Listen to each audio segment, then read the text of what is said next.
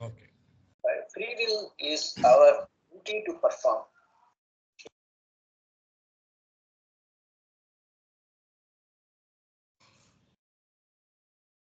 Suklam Bharadaram Vishnum Sajivarnam Chaturpujam Prasannavanam Jayet Sarvavignopasantaye Apadapamahataram Dataram Sarvasampatam Lokabhiramam Sriramam Bhuyo Bhuyo Namamiham Artanamarti Hantaram Pitanam Pitinasanam Dvishartam Kaladandantam Ramachandram Namamiham Manojjabam Marutatulyavegam Jitendriyam Buddhimadam Marishtam Vadatmajam Manarayudamukyam Sriramadootam Sarasa Namami कूजन्तं Ram रामेति मधुरं मधुराक्षरम् आरुह्य कविता शाखां वन्दे वाल्मीकिकोकिलं चरितं रघुनाथस्य शतकोटिप्रविस्तरम् एकैकमक्षरं पुंसां महापातकनाशनम् इति रामायणे आदिकाव्ये सुन्दरकाण्डे 18 सर्गः।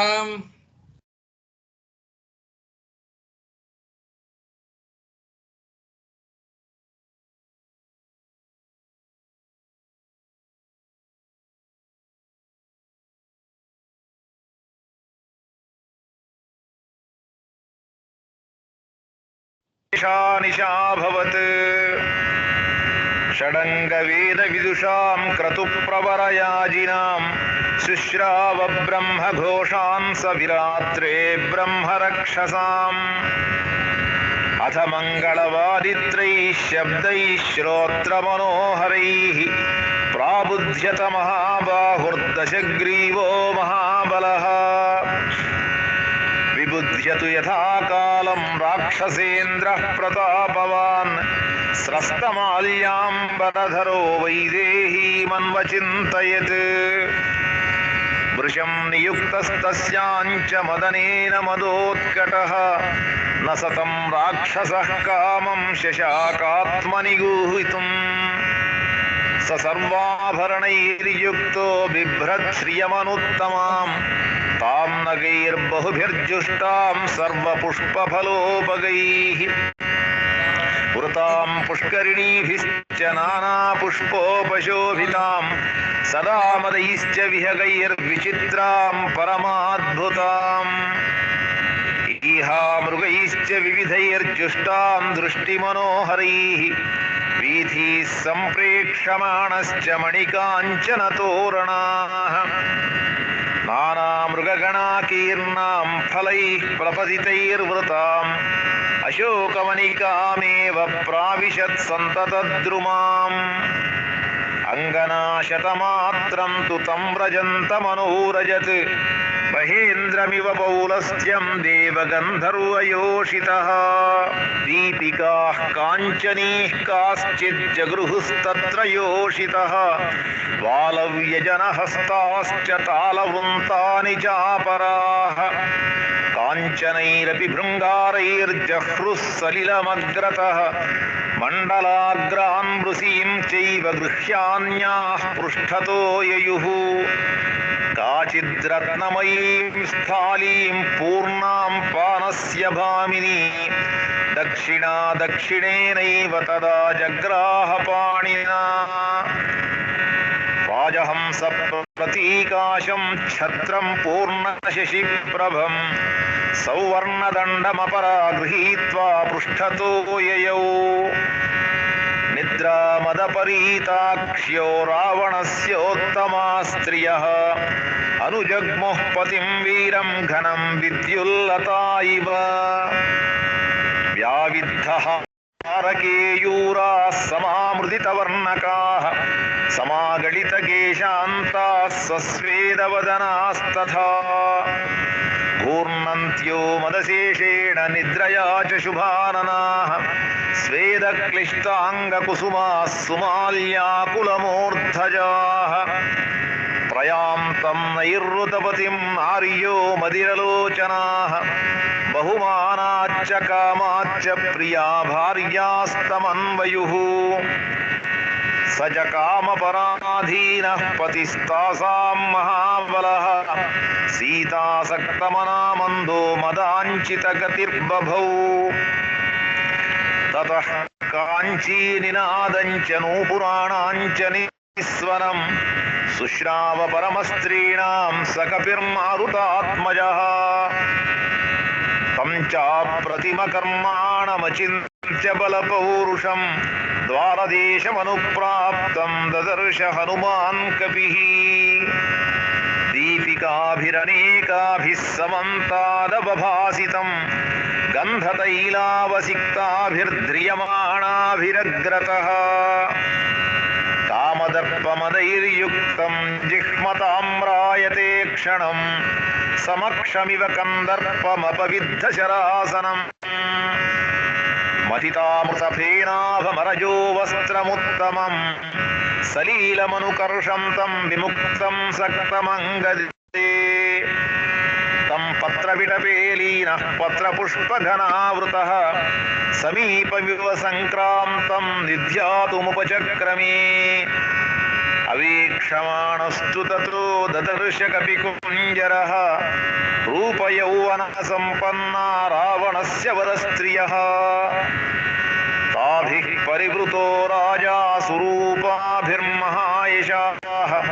तन्मृगद्विजसङ्घुषितं प्रविष्टः प्रमदावनम् क्षीबो चित्राभरणस्फुकर्णो महाबलः तेन विश्रवसः पुत्रः सदृष्टो राक्षसाधिपः स तथाप्युग्रतेजः सन्निद्धूतस्तस्य तेजसा पत्रगुह्यान्तरे सक्तो हनुमान् संवृतोऽभवत् तथा मखितकेशान्तां सुश्रोणीं संहतस्तनीं दिदृक्षुरसितापाङ्गामुपावर्तत रावणः इत्यार्षे श्रीमद् रामायणे वाल्मीकीये सुन्दरकाण्डे 18 सर्गः।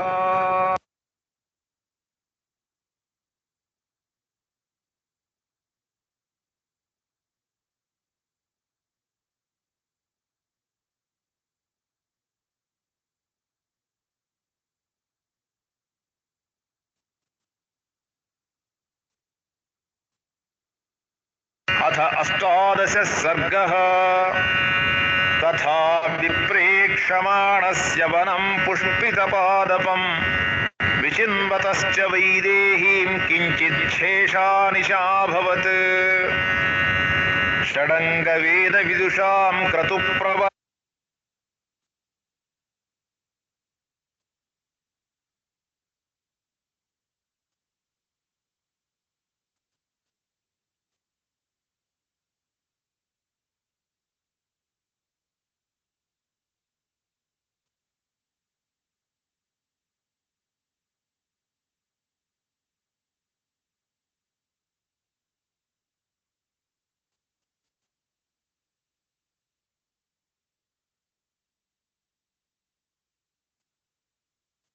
Ramchandra, audibility is not there.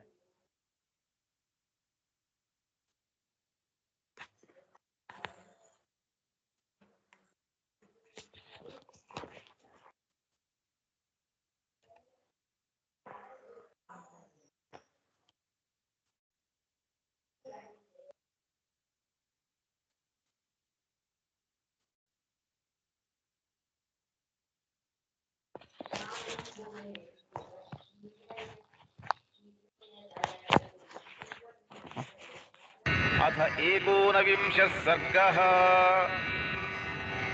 तस्मिन्नेव तपः काले राजपुत्री त्वनिन्दिता रूपयौवनसम्पन्नं भूषणोत्तमभूषितम् ततो दृष्ट्वैव वैदेही रावणं राक्षसाधिपम् प्रावेपतवरारोहा प्रवाते कदली यथा आच्छाद्योदरमूरुभ्यां बाहुभ्यां च पयोधरौ उपविष्टा विशालाक्षी रुदन्ती दशग्रीवस्तु वैदेहीं रक्षितां राक्षसीगणैः ददर्श सीतां दुःखार्तवं सन्नामिवार्णवे असंवृतायामासीनां धरण्यां संशितौ रतां छिन्नां प्रपतितां भूमौ शाखामिव वनस्पतेः మలమండన చిత్రాంగీం మండనార్ఘామమండితాం మృణాళీ పంకదిగ్ధేవ విభాతి న విభాతి చ సమీపం రాజసింహస్య రామస్య విదితాత్మనః సంకల్పహయ సంయుక్తైర్యాంతీమివ మనోరథైః శుష్యంతీం మృదతీమేకాం ధ్యానశోకపరాయణాం దుఃఖస్యాంతమపశ్యంతీం రామాం రామమనోరతాం వేష్టమానాం తథా విష్టాం పన్నగేంద్రవధూమివ ధూప్యమానాం గ్రహేణేవ రోహిణీం ధూమకేతుమాచారానికి పునః సంవచరే అభూతేనాపవాదేన కీర్తిం నిపతామివ ఆమ్నాయామయోగేన విద్యాశిశిలామివ సన్నామివ మా కీర్తిం శ్రద్ధామివ విమానితాం పూజామివ పరీక్షీణాం ఆశాం ప్రతిహతామివ ఆయతీమివ విధ్వస్తామాజ్ఞాం ప్రతిహతామివ దీప్తామివ దిశంకాలే పూజామపహృతామివ పద్మినీమివ విధ్వస్తాం హతశూరాం చ ముహుమివ ప్రభామివ తమోధ్వస్తాముపక్షీణామివాపగాం వేదీమివ పరామృష్టాం శాంతామగ్నిశిఖామివ పౌర్ణమాసీమివ నిశాం రాహుగ్రస్తేందుమండలాం ఉత్కృష్టపర్ణకమలాం విత్రాసిత విహంగమాం హస్తిహస్తపరామృష్టామాకులాం పద్మినీమివ పతిశోకాతురాం శుష్కాం నదీం విశ్రావితామివ పరయా మృజయాహీనాం కృష్ణపక్షనిశామివ సుకుమారీం సుజాతాంగీం రత్నగర్భబృహోచితాం తప్యమానామివోష్ణేన మృణాళీమచిరోద్ధృతాం గృహీతామాళితాం స్తంభే యూథపేన వినాకృతాం నిశ్వసంతీం సుదుఃఖార్తాం గజరాజవధూమివ ఏకయా దీర్ఘయా వేణ్యా శోభమానామయత్నతః నీలయా నీరదాపాయే వనరాజ్యామహీమివ ఉపవాసేన శోకేన ధ్యానేన చ భయేన చ పరీక్షీణాం కృశాం దీనామల్పాహారాం తపోధనాం ఆయాచమానాం దుఃఖార్తాం ప్రాంజలిం దేవతామివ భావేన రఘుముఖ్యస్య దశగ్రీవ పరాభవం సమీక్షమాణాం రుదతీమనిందితాం సుపక్ష్మతామ్రాయత శుక్లలోచనాం అనూరతాం రామమతీవ మైథిలీం ప్రలోభయామాస వధాయ రావణః ఇత్యార్షే శ్రీమద్ రామాయణే వాల్మీకీయే సుందరకాండే ఏకోనవింశः సర్గः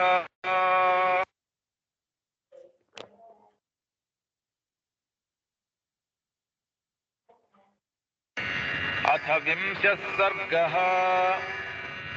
సతాం పతివ్రతాం దీనాం నిరానందాం తపస్వినీం సాకారైర్మధురైర్వాక్యైర్న్యదర్శయత రావణః మాం దృష్ట్వా నాగనాసోరుగూహమానాస్తనోదరం అదర్శనమివాత్మానం భయాన్నేతుం త్వమిచ్ఛసి కామయే త్వాం విశాలాక్షి బహుమన్యస్వ మాం ప్రియే సర్వాంగగుణసంపన్నే సర్వలోకమనోహరే దేహ కేచిన్మనుష్యా వా రాక్షసాః కామరూపిణః వ్యపసత్పతు తే సీతే భయం మత్తః సముత్థితం స్వధర్మో రక్షసాం భీరు సర్వథైవ న సంశయః గమనం వా పరస్త్రీణాం హరణం సంప్రమథ్య వా ఏవం చైతదకామాం తు నత్వాం స్పృక్ష్యామి మైథిలీ కామం కామశరీరే మే యథా కామం ప్రవర్తతాం దేవినేహ భయంకార్యం మయి విశ్వసి ప్రియే ప్రణయస్వ చ తత్వేన మైవం భూశోకలాలసా ఏకవేణీధరాశయ్యాధ్యానం మలినమంబరం అస్థానేప్యుపవాసశ్చ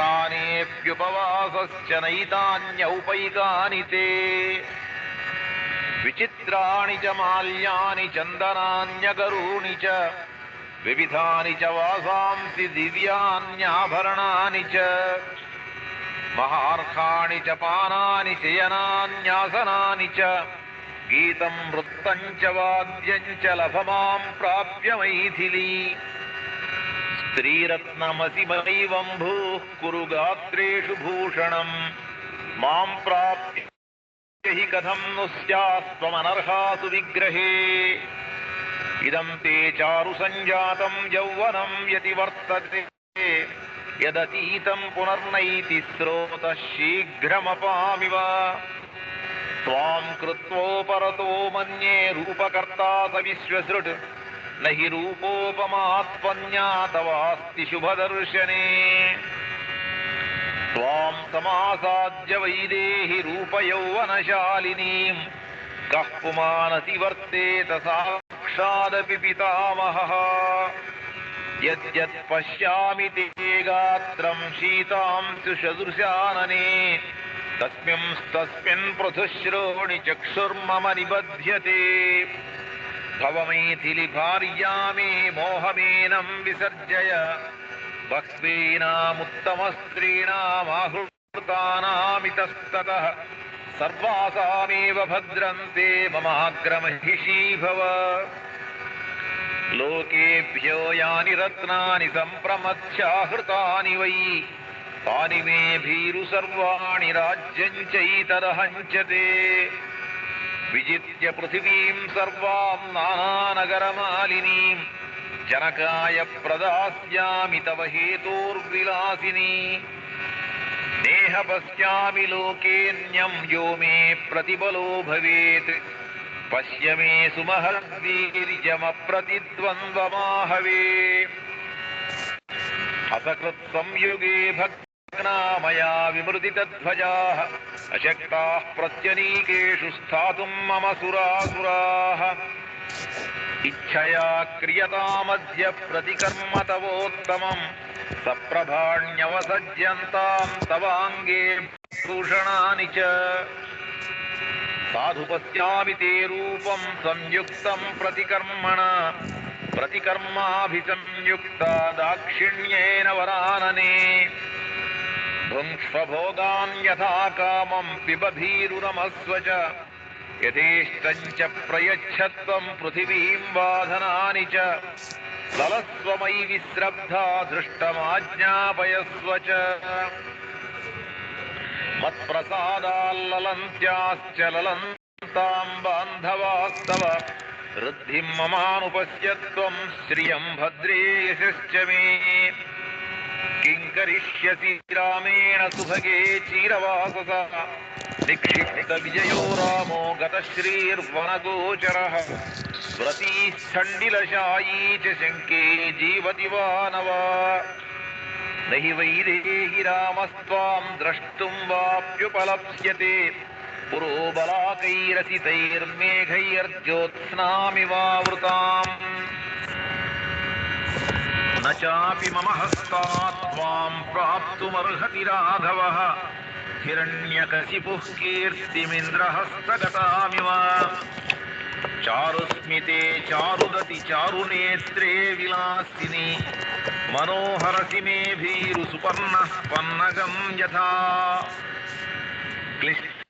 క్లిష్టకౌశేయవసనాం తన్వీమప్యనలంకృతాం త్వాం దృష్ట్వా స్వేషు దారేషు రతిం నోపలభామ్యహం అంతఃపురనివాసిన్యః స్త్రియః సర్వగుణాన్వితాః యావద్యో మమ సర్వాసామైశ్వర్యం కురు జానకీ మమ హ్యసితకేశాంతే త్రైలోక్యప్రవరా స్త్రియః తాస్త్వాం పరిచరిష్యంతి శ్రియమప్సరసో యథా యాని వైశ్రవణే సుభ్రురత్నాని చ ధనాని చ తాని లోకాంశ్చ శుశ్రోణి మాంచ భుంక్ష్వ యథా సుఖం న రామస్తపసా దేవి న బలేన న విక్రమైః न धनेन मया तुल्यस्तेजसा यशसापि वा पिब विहर रमस्व भुङ्क्ष्व भोगान् धननिचयं प्रदिशामि मेदिनीञ्च मैलललने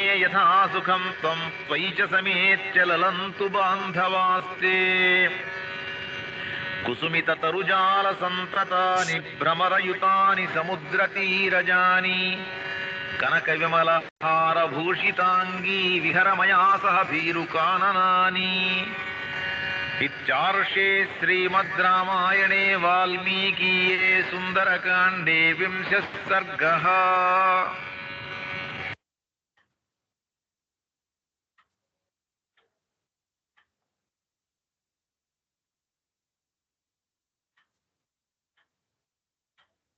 एकविंशः सर्गः। तस्य तद्वचनं श्रुत्वा सीता रौद्रस्य रक्षसः आर्तादीनस्वरादीनं प्रत्युवाच शनैर्वचः। दुःखार्ता रुदती सीता वेपमाना तपस्विनी चिन्तयन्ती वरारोहा पतिमेव पतिव्रता तृणमन्तरतः कृत्वा प्रत्युवाच शुचिस्मिता। निवर्तय मनोमत्तस्वजने क्रियतां मनः न मां प्रार्थयितुं युक्तं सुसिद्धिमिव पापकृत्। अकार्यं न मया कार्यमेकपत्न्या विगर्हितं कुलं सम्प्राप्तया पुण्यं कुले महति जातया। एवमुक्त्वा तु वैदेही रावणं तं यशस्विनी राक्षसं पृष्ठतः कृत्वा भूयो वचनमब्रवीत्। नाहमौपैकी भार्या परभार्या सती तव साधु धर्ममवेक्षस्व साधु साधूरतञ्चर। यथा तव तथान्येषां दारारक्ष्यानि चाचर आत्मानमुपमां कृत्वा स्वेषु दारेषु रम्यताम्। अतुष्टं स्वेषु दारेषु चपलं चलितेन्द्रियं नयन्ति कृतिप्रज्ञं परदाराः पराभवम्। इह सन्तो न वासन्ति सतो वा नानुवर्तसे तथा हि विपरीता ते बुद्धिराचारवर्जिता। वचो मिथ्या प्रणीतात्मा पथ्यमुक्तं विचक्षणैः राक्षसानामभावाय त्वं वा न प्रतिपद्यसे। अकृतात्मानमासाद्य राजानमनये रतं समृद्धानि विनश्यन्ति राष्ट्राणि नगराणि च। तथेयं त्वां समासाद्य लङ्कारत्नौघसङ्कुल अपराधात्तवैकस्य न चिराद्विनशिष्यति। स्वकृतैर्हन्यमानस्य रावणादीर्घदर्शिनः अभिनन्दन्ति भूतानि विनाशे पापकर्मणः। एवं त्वां पापकर्माणं वक्ष्यन्ति निकृता जनाः दिष्ट्यैतद्व्यसनं प्राप्तो रौद्र इत्येव हर्षिताः। शक्या लोभयितुं नाहमैश्वर्येण धनेन वा अनन्या राघवेणाहं भास्करेण प्रभायथा। उपधाय भुजं तस्य लोकनाथस्य सत्कृतं कथं नामोपधास्यामि भुजमन्यस्य कस्यचित्। अहमौपैकी भार्या तस्यैव वसुधापतेः व्रतस्नातस्य विप्रस्य विद्येव विदितात्मनः। साधु रावण रामेण मां समानय दुःखितां वने वासितया सार्धं करेण्वेव गजाधिपम्। मित्रमौपैकं कर्तुं रामस्थानं परीक्षत वधं चानिच्छता घोरं त्वयासौ पुरुषर्षभः। विदितः स हि धर्मज्ञः शरणागतवत्सलः तेन मैत्री भवतु ते यदि जीवितुमिच्छसि। प्रसादयस्व त्वं चैनं शरणागतवत्सलं मां चास्मै प्रयतो भूत्वा निर्यातयितुमर्हसि। एवं हि ते भवेत् स्वस्ति सम्प्रदाय रघूत्तमे अन्यथा त्वं हि कुर्वाणो वधं प्राप्स्यसि रावण। वर्जयेद्वज्रमुत्सृष्टं वर्जयेदन्तकश्चिरं त्वद्विधन्तु न संक्रुद्धो लोकनाथः स राघवः रामस्य धनुषशब्दं श्रोष्यसि त्वं महास्वनं शतक्रतुविसृष्टस्य निर्घोषमशनेरिव इह शीघ्रं सुपर्वाणोज्ज्वलितास्यायिवोरगाः इषवो निपतिष्यन्ति रामलक्ष्मणलक्षणाः रक्षांसि परिनिघ्नन्तः कुर्यामस्यां समन्ततः असम्पातं करिष्यन्ति पतन्तः कङ्कवाससः राक्षसेन्द्रमहासर्पान् स रामगरुडो महान् उद्धरिष्यति वेगेन वैनतेय इवोरगान् अपनेष्यति मां भर्ता त्वत्तः शीघ्रमरिन्दमः असुरेभ्यः श्रियं दीप्तां विष्णुस्त्रिभिरिवक्रमैः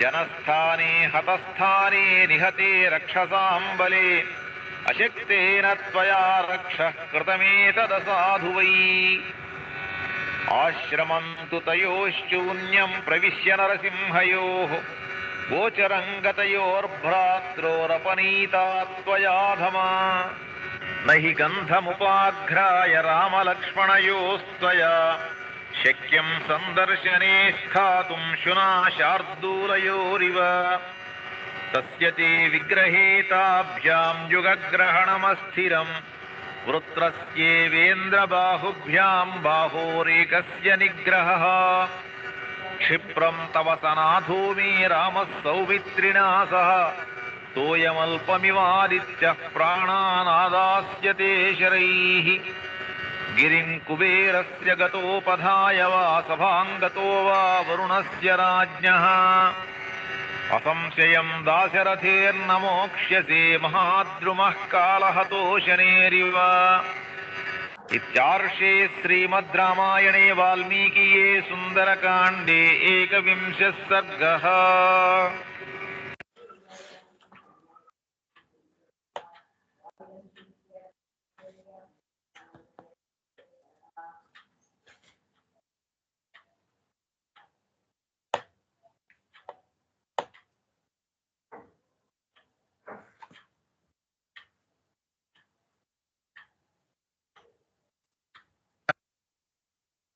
अथ द्वाविंशः सर्गः।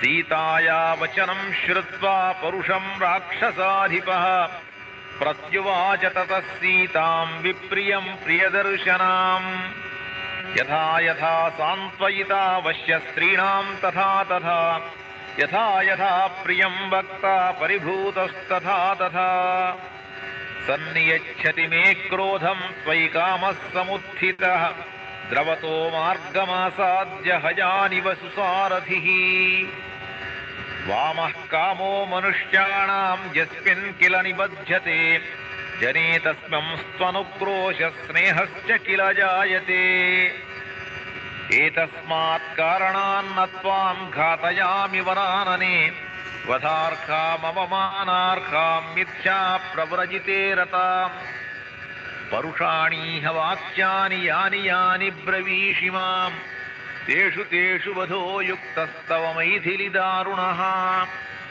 एवमुक्त्वा तु वैदेहीं रावणो राक्षसाधिपः क्रोधसंरम्भसंयुक्तः सीतामुत्तरमब्रवीत् द्वौ मासौ रक्षितौ यौ मे यो वधिस्ते मया कृतः ततः शयनमारोह मम त्वं वरवर्णिनी ऊर्ध्वं द्वाभ्यां तु मासाभ्यां भर्तारं मामनिच्छतीं मम त्वां प्रातराशार्थमारभन्ते महानशे तां तर्ज्यमानां सम्प्रेक्ष्य राक्षसेन्द्रेण जानकीं देवगन्धर्वकन्यास्ता विषेदुर्विकृते क्षणाः ओष्ठप्रकारैरपरा वक्त्रनेत्रैस्तथा पराः सीतामाश्वासयामासुस्तर्जितां तेन रक्षसा ताभिराश्वासिता सीता रावणं राक्षसाधिपम्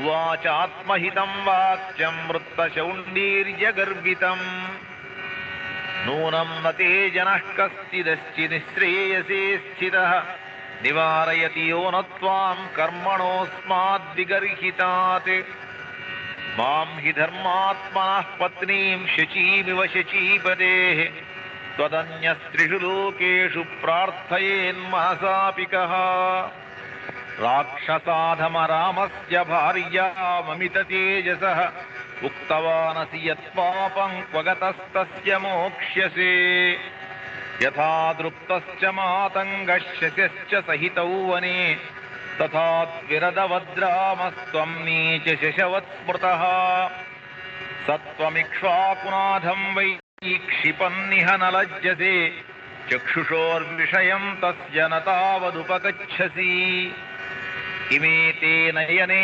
क्रूरे रूपे कृष्णपिङ्गले क्षितौ न पतिते कस्मान्मामनार्य निरीक्षतः तस्य धर्मात्मनः पत्नीं स्नुषां दशरथस्य च कथं व्याहरतो मां तेन जिह्वा व्यवशीर्यते असन्देशात् तु रामस्य तपसश्चानुपालनात् न त्वां कुर्मि दशग्रीव भस्मार्हतेजसा नापहर्तुमहं शक्या त्वया रामस्य धीमतः विधिस्तव वधार्थाय विहितो नात्र संशयः शूरेण धनदभ्रात्रा बलैः समुदितेन च अपोह्य रामं कस्माद्धि दारचौर्यं त्वया कृतम् सीताया वचनं श्रुत्वा रावणो राक्षसाधिपः विवृत्य नयने क्रूरे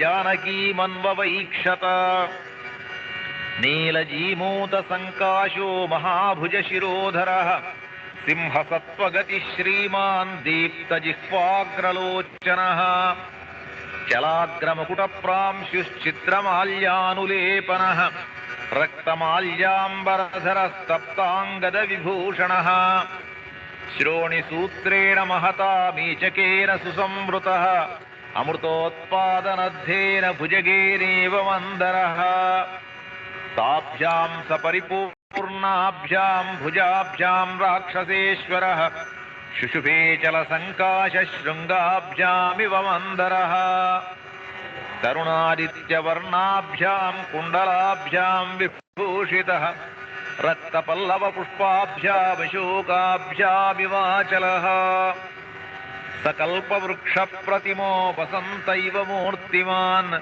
श्मशानचैत्यप्रतिमो भूषितोऽपि भयङ्करः अवेक्षमाणो वैदेहीं कोपसंरक्तलोचनः उवाच रावणः सीतां भुजङ्गैव निःश्वसन् अनयेनाभिसम्पन्नमर्थहीनमनोरथे नाशयाम्यहमद्य त्वां सूर्यस्सन्ध्यामिव ऊजसा इत्युक्त्वा मैथिलीं राजा रावणः शत्रुरावणः सन्दिदेश ततः सर्वा राक्षसीर्घोरदर्शनाः एकाक्षीमेककर्णाञ्च कर्णप्रावरणां तथा गोकर्णीं हस्तिकर्णीं च लम्बकर्णीमकर्णिकाम् हस्तिपाद्यश्वपाद्यौ च गोपादीं पादचूडिकाम् एकाक्षीम् एकपादीं च पृथुपादीमपादिकाम् अतिमात्रशिरोग्रीवामतिमात्रकुचोदरीम् अतिमात्रास्य नेत्राञ्च दीर्घजिह्वामजिह्विकाम् अनासिकां सिंहमुखीं गोमुखीं सूकरीमुखीं यथा मद्वशगा सीता क्षिप्रं भवति जानकी तथा कुरुत राक्षस्य सर्वाः क्षिप्रं समेत्य च प्रतिलोमानुलोमैश्च सामदानादिभेदनैः आवर्जयत वैदेहीं दण्डस्योद्यमनेन च इति प्रतिसमादिश्य राक्षसेन्द्रः पुनः पुनः काममन्युपरीतात्मा जानकीं पर्यतर्जयत् उपगम्य ततः क्षिप्रं राक्षसी धान्यमालिनी परिष्वज्य दशग्रीवमिदं वचनमब्रवीत् मया क्रीड महाराज सीतया किं तवानया विवर्णया कृपणया मानुष्या राक्षसेश्वर नूनमस्या महाराज न दिव्यान् भोगसत्तमान् विदधात्यमरश्रेष्ठस्तव बाहुबलार्जितान् अकामां कामयानस्य शरीरमुपतप्यते इच्छन्तीं कामयानस्य प्रीतिर्भवति शोभना एवमुक्तस्तु राक्षस्या समुच्छिप्तस्ततो बली प्रहसन्मेघसङ्काशो राक्षसः सन्न्यवर्तत प्रस्थितः स दशग्रीवः कम्पयन्निव मेदिनीम् ज्वलद्भास्करवर्णाभं प्रविवेश निवेशनम् देवगन्धर्वकन्याश्च नागकन्याश्च सर्वतः परिवार्य दशग्रीवं विविशुस्तं गृहोत्तमम् समैथिलीं धर्मपरामवस्थितां प्रवेपमानां परिभर्त्य रावणः विहाय सीतां मदनेन मोहितः स्वमेव वेश्म प्रविवेश भास्वरम् इत्यार्षे श्रीमद् रामायणे वाल्मीकीये सुन्दरकाण्डे 12 सर्गः।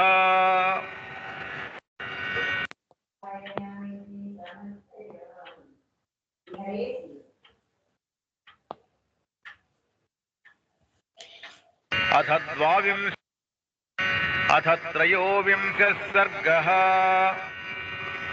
इत्युक्त्वा मैथिलीं राजा रावणः शत्रुरावणः सन्दिश्य च ततः सर्वा राक्षसीर्निर्जगामः। निष्क्रान्ते राक्षसेन्द्रे तु पुनरन्तःपुरं गते राक्षस्यो भीमरूपास्ताः सीतां समभिदुद्रुवुः। ततः सीतामुपागम्य राक्षस्यः क्रोधमूर्च्छिताः परं परुषया वाचा वैदेहीमिदमब्रुवन्। पौलस्त्यस्य वरिष्ठस्य रावणस्य महात्मनः दशग्रीवस्य भार्या त्वं सीतेन बहुमन्यसे। ततस्त्वेकजटा नाम राक्षसी वाक्यमब्रवीत् आमन्त्र्य क्रोधतां राक्षी सीतां करतलोदरीम्। प्रजापतीनां षण्णां तु चतुर्थो यः प्रजापतिः मानसो ब्रह्मणः पुत्रः पुलस्त्यैति विश्रुतः। पुलस्त्यस्य तु तेजस्वी महर्षिर्मानसः सुतः नाम्ना स विश्रवा नाम प्रजापतिसमप्रभः। तस्य पुत्रो विशालाक्षि रावणः शत्रुरावणः तस्य त्वं राक्षसेन्द्रस्य भार्या भवितुमर्हसि। मयोक्तं चारु सर्वाङ्गि वाक्यं किं नानुमन्यसे। ततो हरिजटा नाम राक्षसी वाक्यमब्रवीत् विवर्त्य नयने कोपान्मार्जारसदृशेक्षणा। तेन देवास्त्रयस्त्रिंशद्देवराजश्च निर्जिताः तस्य त्वं राक्षसेन्द्रस्य भार्या भवितुमर्हसि। ततस्तु प्रघसा नाम राक्षसी क्रोधमूर्च्छिता भर्त्सयन्ती तदा घोरमिदं वचनमब्रवीत्। वीर्योत्सिक्तस्य शूरस्य सङ्ग्रामेष्वनिवर्तिनः बलिनो वीर्ययुक्तस्य भार्या त्वं किं न लप्स्यसे। प्रियां बहुमतां भार्यां त्यक्त्वा राजा महाबलः सर्वासां च महाभागां त्वामुपैष्यति रावणः। समृद्धं स्त्रीसहस्रेण नानारत्नोपशोभितम् अन्तःपुरं समुत्सृज्य त्वामुपैष्यति रावणः। अन्या तु विकटा नाम राक्षसी वाक्यमब्रवीत् असकृद्देवता युद्धे नागगन्धर्वदानवाः निर्जिताः समरे येन सते पार्श्वमुपागतः। तस्य सर्वसमृद्धस्य रावणस्य महात्मनः किमद्य राक्षसेन्द्रस्य भार्या त्वं नेच्छसे धमे। ततस्तु दुर्मुखी नाम राक्षसी वाक्यमब्रवीत्। यस्य सूर्यो न तपति भीतो यस्य च मारुतः न वाति स्मायतापाङ्गे किं त्वं तस्य न तिष्ठसि। पुष्पवृष्टिं च तरवो मुमुचुर्यस्य वैभयात् शैलाश्च शुभ्रुपानीयं जलदाश्च यदेच्छति। तस्य नैवृतराजस्य राजराजस्य भामिनी किं त्वं न कुरुषे बुद्धिं भार्यार्थे रावणस्य हि साधुते तत्त्वतो देवि कथितं साधुभामिनि गृहाण सुस्मिते वाक्यमन्यथा न भविष्यसि इत्यार्षे श्रीमद् रामायणे वाल्मीकीये सुन्दरकाण्डे 23 सर्गः। अथ 24 सर्गः। ततः सीतामुपागम्य राक्षस्यो विकृताननाः परुषानार्यवूचुस्तां वाक्यमप्रियम् किं त्वमन्तःपुरे सीते सर्वभूतमनोहरे महार्कशयनोपेते नमासमनुमन्यसे मानुषी मानुषस्यैव भार्या त्वं बहुमन्यसे प्रत्याहरमनोरामान्न त्वं जातु भविष्यसि त्रैलोक्यवसुभोक्तारं रावणं राक्षसेश्वरं भर्तारमुपसंगम्य विहरस्व यथा सुखम् मानुषी मानुषं तं तु राममिच्छसि शोभने राज्यात् भ्रष्टमसिद्धार्थं विक्लबं त्वमनिन्दिते राक्षसीनां वचः श्रुत्वा सीता पद्मनिभेक्षण नेत्राभ्यामश्रुपूर्णाभ्यामिदं वचनमब्रवीत् यदिदं लोकविद्विष्टमुदाहरथ संगताः नैतन्मनसि वाक्यं मे किल्बिषं प्रतिभाति वः न मानुषी राक्षसस्य भार्या भवितुमर्हति कामं खादतमां सर्वा न करिष्यामि वो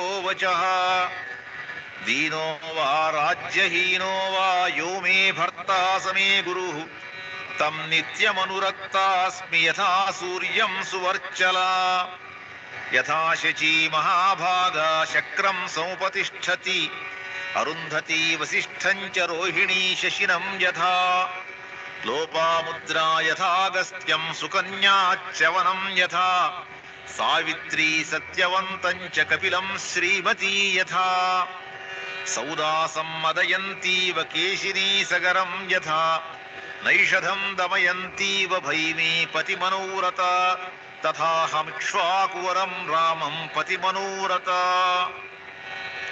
सीताया वचनं श्रुत्वा राक्षस्यः क्रोधमूर्छिताः भर्त्सयन्ति स्म परुषैर्वाक्यैरावणचोदिताः अवलीनः स निर्वाक्यो हनुमान् सिंशुपाद्रुमे सीतां सन्तर्जयन्तीस्ता राक्षसीरशृणोत्कपिः तामभिक्रम्य संक्रुद्धा वेपमानां समन्ततः भृशं संविलुहुर्दीप्तान् प्रलम्बान् दशनच्छदान् ऊजुश्च परमक्रुद्धाः प्रगृह्याशु परश्वथान् नेयमर्हति भर्तारं रावणं राक्षसाधिपम् संभर्त्स्यमाना भीमाभी राक्षसीभिर्वरानना सा बाष्पमपमार्जन्ती शिंशुपां तामुपागमत् ततस्तां शिंशुपां सीता राक्षसीभिः समावृताम् अभिगम्य विशालाक्षी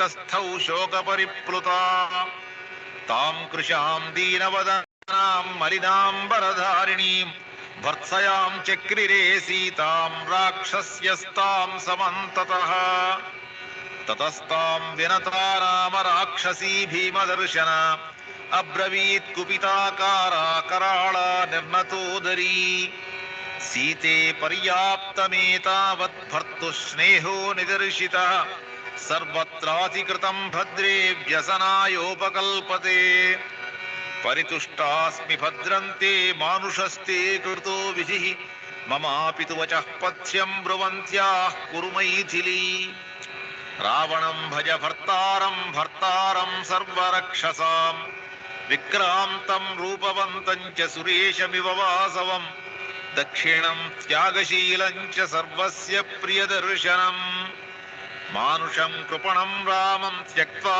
रावणमाश्रय दिव्याङ्गरागा वैदेहि दिव्याभरणभूषिता अद्य प्रभृति सर्वेषां लोकानामीश्वरी भव अग्ने स्वाहा यथा देवी शचीवेन्द्रस्य शोभने किं ते रामेण वैदेहि कृपणेन गतायुषा एतदुक्तं च मे वाक्यं यदि त्वं न करिष्यसि अस्मिन् मुहूर्ते सर्वास्त्वां भक्षयिष्यामहे वयम्। अन्यातु विकटानामलम्बमानपयोधरा अब्रवीत् कुपिता सीतां मुष्टिमुद्यम्य गर्जति।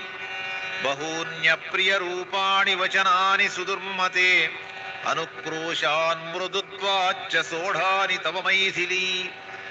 न च नः कुरुषे वाक्यं हितं कालपुरस्कृतम् आनीतासि समुद्रस्य पारमन्यैर्दुरासदम् रावणान्तः पुरं घोरं प्रविष्टा चासि मैथिली। रावणस्य गृहे रुद्धाम् अस्माभिस्तु सुरक्षिताम् न त्वां शक्तः परित्रातुमपि साक्षात् पुरन्दरः। कुरुष्व हितवादिन्या वचनं मम मैथिली अलमश्रुप्रपातेन त्यज शोकमनर्थकम्। भज प्रीतिं प्रहर्षं च त्यजयितां नित्यदैन्यताम्।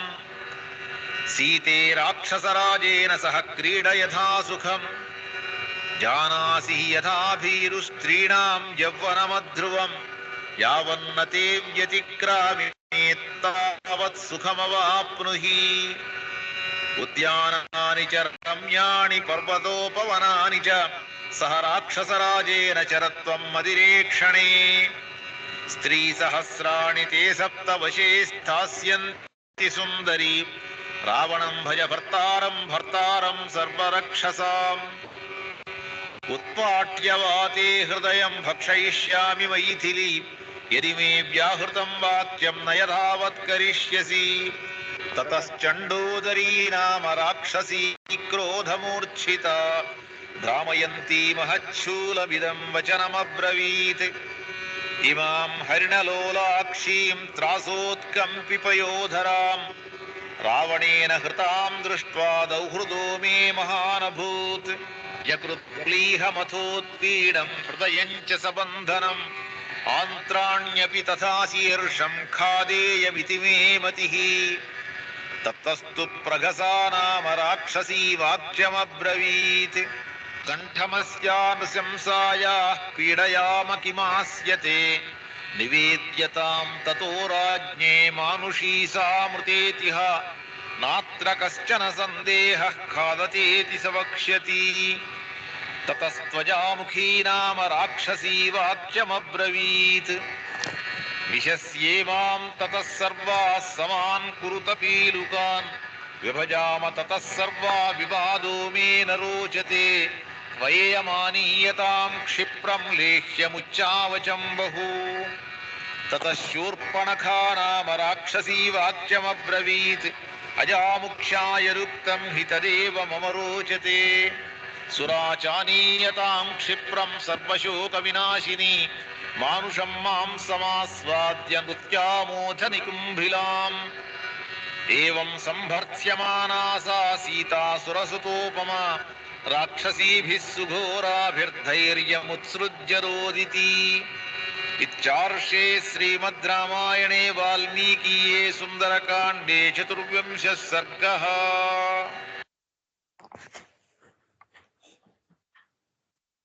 अथ 25 सर्गः। तथा तासां वदन्तीनां परुषं दारुणं बहु राक्षसीनाम सौम्यानां रुरोधजनकात्मजा। एवमुक्ता तु वैदेही राक्षसीभिर्वमनस्विनी उवाच परमत्रस्ता बाष्पगद्गदया गिरा। न मानुषी राक्षसस्य भार्या भवितुमर्हति कामङ्खादत मां सर्वा न करिष्यामि वो वचः। सा राक्षसी मध्यगता सीता सुरसुतोपमा न शर्म लेभे दुःखार्ता रावणेन च तर्जिता। वेपते स्माधिकं सीता विशन्ती वाङ्गमात्मनः वने यूथ परिभ्रष्टा मृगी कोकैरिवार्दिता। सात्वशोकस्य विपुलां शाखामालम्ब्य पुष्पितां चिन्तयामास शोकेन भर्तारं भग्नमानसा। सा स्नापयन्ती विपुलौ स्तनौ नेत्रजलस्रवैः धन्यवाद सर, चिन्तयन्तीरशोकस्य नमस्कार। तदान्तमधिगच्छति सा वेपमाना पतिता प्रभाते कदली यथा राक्षसीनां भयत्रस्ता विवर्णवदनाभवत् तस्याः सा दीर्घविपुला वेपन्त्या सीतया तदा ददृशे कल्पिनी वेणीव्याणीव परिसर्पति सा विश्वसन्ती दुःखार्ता शोकोपहतचेतना आर्ता व्यसृजदश्रूणि मैथिली विललापः हा रामेति च दुःखार्ता हा पुनर्लक्ष्मणेति च हा श्वश्रु मम कौसल्ये हा सुमित्रेति भामिनी लोकप्रवादः सत्योऽयं पण्डितैः समुदाहृतः अकाले दुर्लभो मृत्युस्त्रिया वा पुरुषस्य वा यत्राहमेवं क्रूराभिराक्षसीभिरिहार्दिता जीवामि हीना रामेण मुहूर्तमपि दुःखिता एषाल्पपुण्या कृपणा विनशिष्याम्यनाथवत् समुद्रमध्ये नौः पूर्णा वायुवेगैरिवाहता भर्तारं तमपश्यन्ती राक्षसी वशमागता सीदामि खलु शोकेन कूलं तोयहतं यथा तं पद्मदलपत्राक्षं सिंहविक्रान्तगामिनं धन्याः पश्यन्ति मे नाथं कृतज्ञं प्रियमादिनम् सर्वथा तेन हीनाया रामेण विदितात्मना तीक्ष्णं विषमिवास्वाद्य दुर्लभं मम जीवितम् कीदृशं तु मया पापं पुरा जन्मान्तरे कृतं येनेदं प्राप्यते दुःखं मया घोरं सुदारुणम् जीवितं त्यक्तुमिच्छामि शोकेन महतावृता राक्षसीभिश्च रक्षन्त्या रामो नासाद्यते मया धिगस्तु खलु मानुष्यं धिगस्तु परवश्यताम् न शक्यं यत्परित्यक्तुमात्मच्छन्देन जीवितम् इत्यार्षे श्रीमद् रामायणे वाल्मीकीये सुन्दरकाण्डे पञ्चविंशः सर्गः अथ षड्विंशः सर्गः प्रसक्ताश्रुमुखीत्येवं ब्रुवन्ती जनकात्मजा अधो मुखमुखी बाला विलप्तुमुपचक्रमे उन्मत्तेव प्रमत्तेव भ्रान्तचित्तेव शोचति उपावृत्ता किशोरीव विवेष्टन्ती महीतले राघवस्य प्रमत्तस्य रक्षसा कामरूपिणा रावणेन प्रमथ्याहमानीता क्रोशती बलात् राक्षसी वशमापन्ना भर्त्यमाना सुदारुणम् चिन्तयन्ती सुदुःखार्ता नाहं जीवितुमुत्सहे न हि मे जीवितेनार्थो नैवार्थैर्न च भूषणैः वसन्त्या राक्षसी मध्ये विना रामं महारथम् अश्मसारमिदं नूनमथवाप्यजरामरम् हृदयं मम येनेदं न दुःखेनावशीर्यते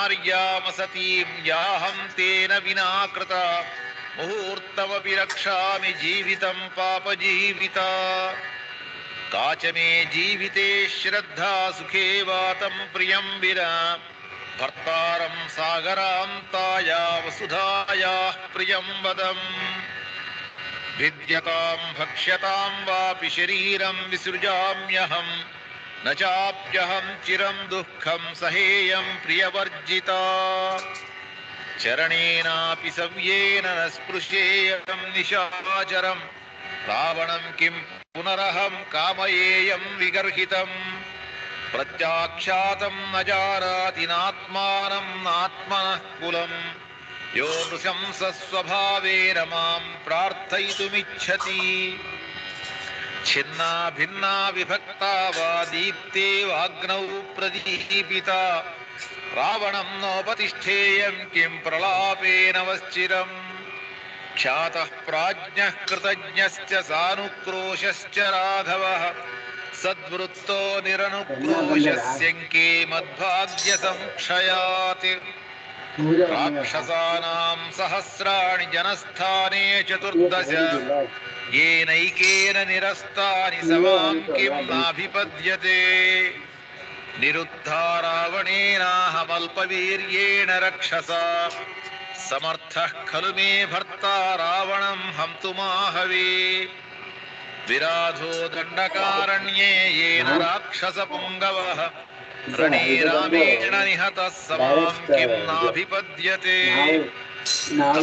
मध्ये समुद्रस्य लङ्केयं दुष्प्रदर्शना न तु राघवबाणानां गतिरोधीह विद्यते किन्नु तत्कारणं येन रामो दृढपराक्रमः रक्षसापहृतां भार्यामिष्टां नाभ्यवपद्यते इह स्थां मां न जानीते शङ्के लक्ष्मणपूर्वजः जानन्नपि हि तेजस्वी दर्शनं मर्शयिष्यति हृतेति योधिगत्वा मां राघवाय निवेदयेत् गृध्रराजोऽपि सरणे रावणेन निपातितः कृतं कर्म महत्तेन मां तथाभ्यवपद्यता तिष्ठता रावणद्वन्द्वे वृद्धेनापि जटायुषा यदि मामिह जानीयात् वर्तमानां हि राघवः अद्य बाणैरभिक्रुद्धः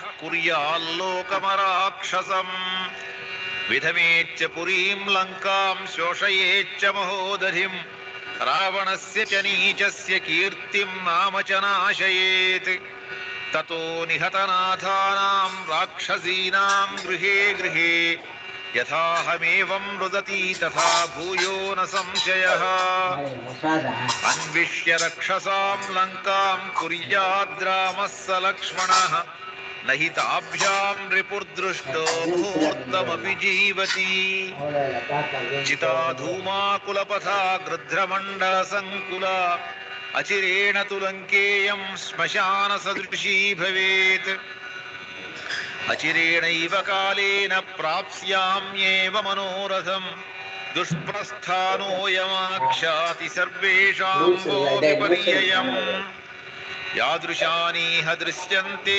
लङ्कायामशुभानि वै अचिरेण तु कालेन भविष्यति हतप्रभा नूनं लङ्का हते पापे रावणे राक्षसाधमे शोषं यास्यति दुर्धर्षा प्रमदा विधवा यथा पुण्योत्सवसमुत्था च नष्टभर्त्री स राक्षसी भविष्यति पुरी लङ्का नष्टभर्त्री यथाङ्गना नूनं राक्षसकन्यानां रुदन्तीनां गृहे गृहे श्रोष्यामि न चिरादेव दुःखार्तानामिह ध्वनिम् सान्धकारा हतद्योता हतराक्षसपुङ्गव भविष्यति पुरी लङ्का निर्दग्धा रामसायकैः यदि नाम सशूरो मां रामो रक्तान्तलोचनः जानीयात् वर्तमानां हि रावणस्य निवेशने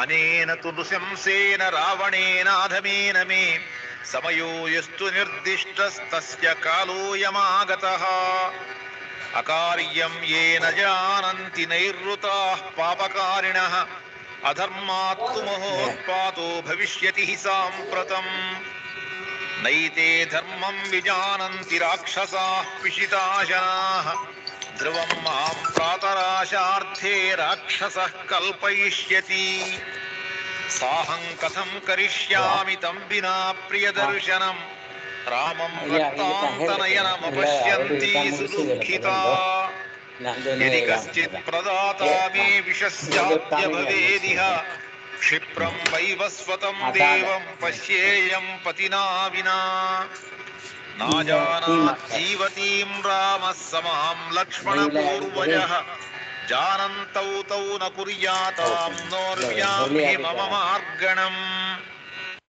नूनं ममैव शोकेन स वीरो लक्ष्मणाग्रजः देवलोकमितो जातस्त्यक्त्वा देहं महीतले धन्या देवाः स गन्धर्वाः सिद्धाश्च परमऋषयः మమ పశ్యంతి ఏనాథం రామం రాజీవలోచనం అథవా కిన్ను తస్యార్థో ధర్మకామస్య ధీమతః మయా రామస్య రాజర్షేర్భార్యయా పరమాత్మనః దృశ్యమానే భవేత్ ప్రీతిః సౌహృదం నాస్త్య పశ్యతః నాశయంతి కృతఘ్నాస్తు న రామో నాశయిష్యతి కిన్ను మే న గుణాః కేచిత్ కిం వా భాగ్యక్షయో మమ యాహం సీదామి రామేణ హీనాముక్షేణ భామిని శ్రేయో మే జీవితాన్మర్తుం విహీనాయా మహాత్మనః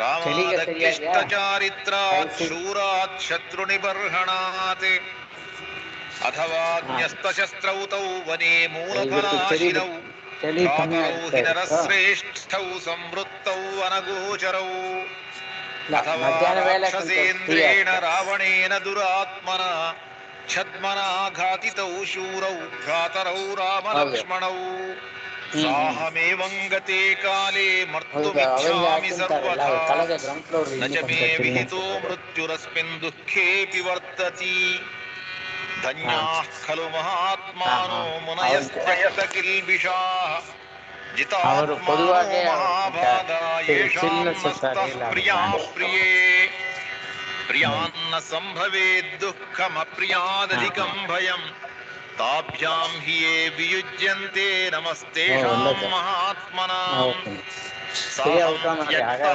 ప్రియార్హేణ రామేణ విదితాత్మనః ప్రాణాం త్యక్ష్యామి పాపస్య రావణస్య గతావశం ఇత్యార్షే శ్రీమద్ రామాయణే వాల్మీకీయే సుందరకాండే షడ్వింశః సర్గః.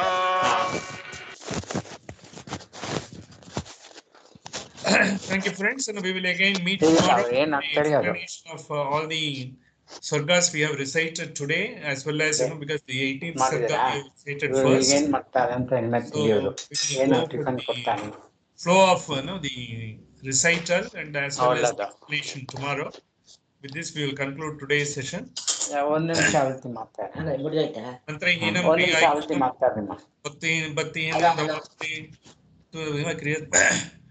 Om Prajapatipalayantam Nyayena Margena Mahimahimsa Gobram Nebhyo Subhamastu Nityam Loka Samasta Sukhino Bhavantu Kale Varshatu Parjanti Prithivi Satyasalini Keshoyam Shobhrahito Brahmana Santu Nirbhayaha Labhastesham Jayastesham Kudastesham Parajayaha Yesham Divarashyamo Hridayasto Janardanaha Ramaya Ramabhudraya Ramachandraya Vedase Raghunathaya Nataya Sitaya Pate Namaha Mangalam Koslendraya Mahaniya Gurabdeye Chakravarti Tanujaya Sarvabhaumaya Mangalam Kayena Vacha Manasendriyirva Buddhyatmana va Anushkruto Subhavat Karomi Yatat Sagalam Parasmai Narayanayeti Samarpayami.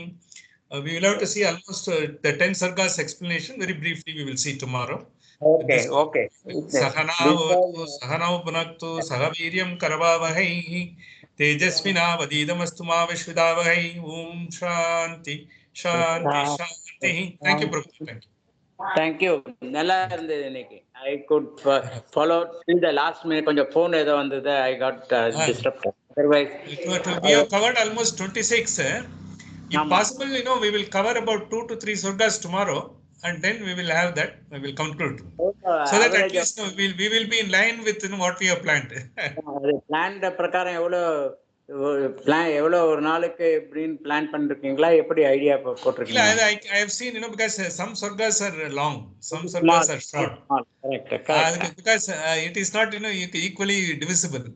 Around 67, 68 surgas are as good as one sarga itself, one kanda itself. So anga romba time edukkum namukku. So adala munadi idella mudichittu apdiye poidu. And when we see the explanation, we will see the flow will also be coming together, with the entire. We'll be able to follow it up. Okay. Thank you, Prabhupada. See you tomorrow. See you tomorrow. Bye.